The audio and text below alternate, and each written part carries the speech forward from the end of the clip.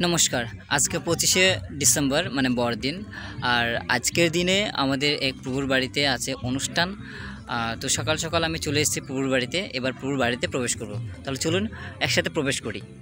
প্রভুর এই বাড়িটা নতুন করা হয়েছে, আর যার জন্য আজকের এই অনুষ্ঠান। বেশ গ্রাম্য পরিবেশের মধ্যে খুব সুন্দর একটা বাড়ি।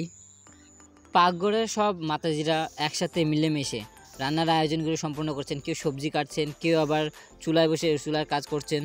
এই জায়গাটি হলো বাড়ির পিছন সাইড, আর এখানে মাতাজি খুব সুন্দর সুন্দর গাছ লাগিয়েছে, কিছু সবজি আর কিছু ফলেরও গাছ লাগিয়েছে। যেহেতু আজকে আমি ভক্তদের সঙ্গে কাটাবো আজকের দিনটা, তো আজকের দিনে আমাদের যত খাবার দাবার হবে সম্পূর্ণ নিরামিষ হবে। একদিকে রান্না চলছে, আর একদিকে বারান্দায় ফুচকা খাওয়া চলছে। আর ফুচকা খাওয়ার পার্টি হলো মহিলা। যেহেতু মহিলাদের ফুচকা খাওয়া চলছে, তার মধ্যে আমি কিছু একটা খেয়ে নিই, 2-3টা আমি খেয়ে নিই। পরে অনেক লোক আছে, পরে পাবো কিনা তারও চিন্তা। মেন কথা এটা হলো যে এই অনুষ্ঠানের মধ্যে কিন্তু মেন গুরুত্বপূর্ণ অনুষ্ঠান হয়ে গেছিলো, যেটা আমার ক্লিপ নেওয়া হয়নি এখনও। বেলা বাজে এখন 3টা, আর এদিকে দুপুরে খাবার দাবার জন্য সবাই রেডি, সবাই বারিন্দায় বসে গেছে, তার মধ্যে আমিও বসে গেছি।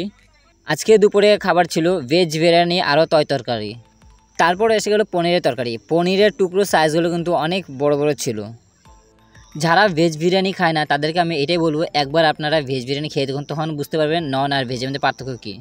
আমার কাছে নন বিরিয়ানি থেকে ভেজ বিরিয়ানির টেস্টটা অনেক বেশি ভালো লাগে। আপনাদের কাছে কেমন লাগে কমেন্টে নিশ্চয়ই বলবেন। সব কিছু খাওয়ার পর পাতে এসলো নলেন গুড়ের মিষ্টি বা গুড়ের তৈরি রসগোল্লা, যেটা খেতে টেস্ট অনেকটা আলাদা। রসগোল্লা থেকে অনেকটাই টেস্ট আলাদা। কিন্তু যেহেতু এখন শীতকাল, তো বাজারে খুব সহজে পেয়ে যাবেন নলের গুড়ের রসগোল্লা। একবার আপনারা খেয়ে দেখবেন কতটা টেস্ট, তখন আপনারা বুঝতে পারবেন যে সাধারণ রসগোল্লা আর নলেন গুড়ের রসগোল্লার পার্থক্য কী। আমার কাছে কিন্তু দুর্দান্ত লেগেছে এই নলেন গুড়ের রসগোল্লা। আমি 2 পিস নিয়েছিলাম, আগে একবার খেয়ে নিয়েছি আর এখানে একবার খেলাম।